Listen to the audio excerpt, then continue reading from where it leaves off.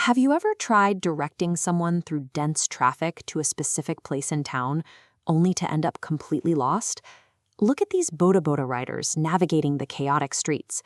Without knowing the local landmarks or how to give precise directions in Kiswahili, getting around East Africa becomes much more difficult.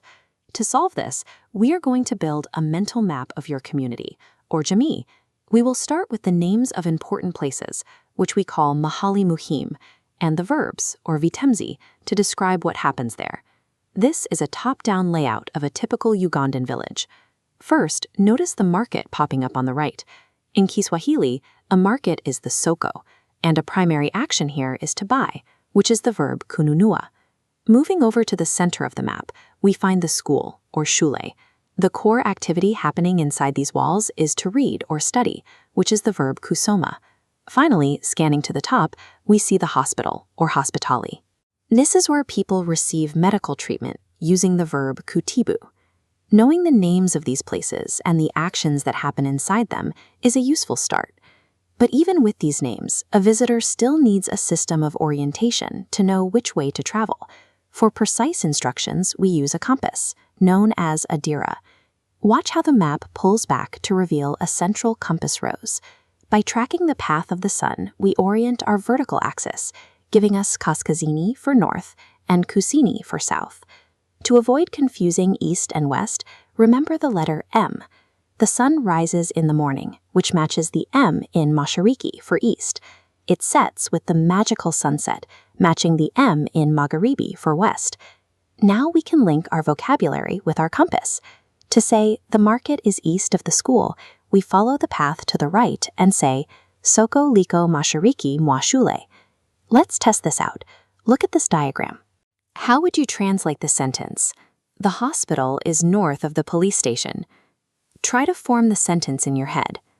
The translation is, Hospitali iko kaskazini mwa kituo cha polisi. By connecting spatial relationships to landmarks, you transform a list of isolated buildings into a connected map that helps others navigate your community. There is a specific grammatical rule you must use when talking about towns and land features. Many learners incorrectly use the rules meant for people and animals when describing these non-living community elements. Look at this comparison. You shouldn't say mji anapendeza.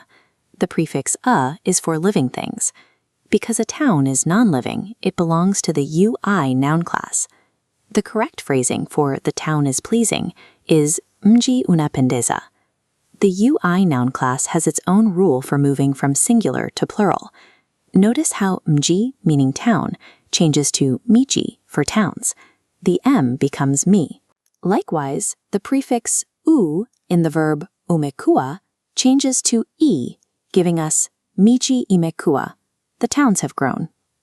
This rule applies to other non-living things starting with M. Watch this new row appear.